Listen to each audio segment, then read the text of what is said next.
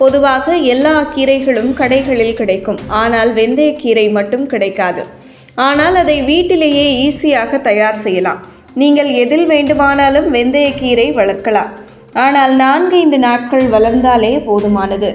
அதற்கு மேல் வெந்தயக்கீரை வளராது.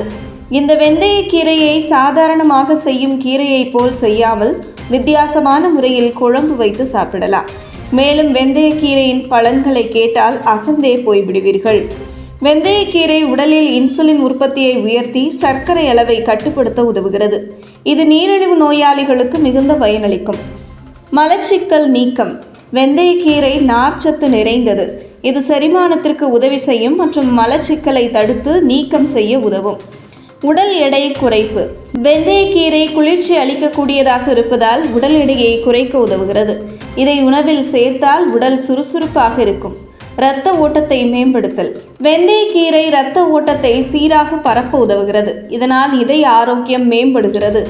தாதுக்கள் மற்றும் வைட்டமின்கள். இதில் பலவிதமான தாதுக்கள் மற்றும் வைட்டமின்கள் உள்ளதால் உடலுக்கு தேவையான ஊட்டச்சத்து கிடைக்கிறது. குறிப்பாக இரும்பு சத்து நிறைந்தது. சோர்வு மற்றும் களைப்பை குறைக்க. வெந்தயக்கீரையில் உள்ள ஊட்டச்சத்து உடலுக்கு சக்தி ஊட்டுகிறது. சோர்வை குறைத்து சுறுசுறுப்பாக இருக்க உதவுகிறது. சரும ஆரோக்கியம். இதில் ஆன்டி ஆக்சிடென்ட்டுகள் அதிகம் உள்ளதால் சருமத்தை பாதுகாக்க உதவுகிறது. சருமம் ஆரோக்கியமாக பிரகாசமாக இருக்கும். மூட்டு வலி குறைப்பு. வெந்தயக்கீரை மூட்டுகளை பாதுகாக்கும் தன்மை கொண்டது. இதில் உள்ள தாதுக்கள் மூட்டு வலியை குறைக்க உதவுகிறது. நரம்பு நலன். இதன் அதிக நார்ச்சத்து நரம்பு மண்டலத்தின் செயல்திறனை மேம்படுத்தும். நரம்பு நலனுக்காக இதை உணவில் சேர்த்தல் நல்லது.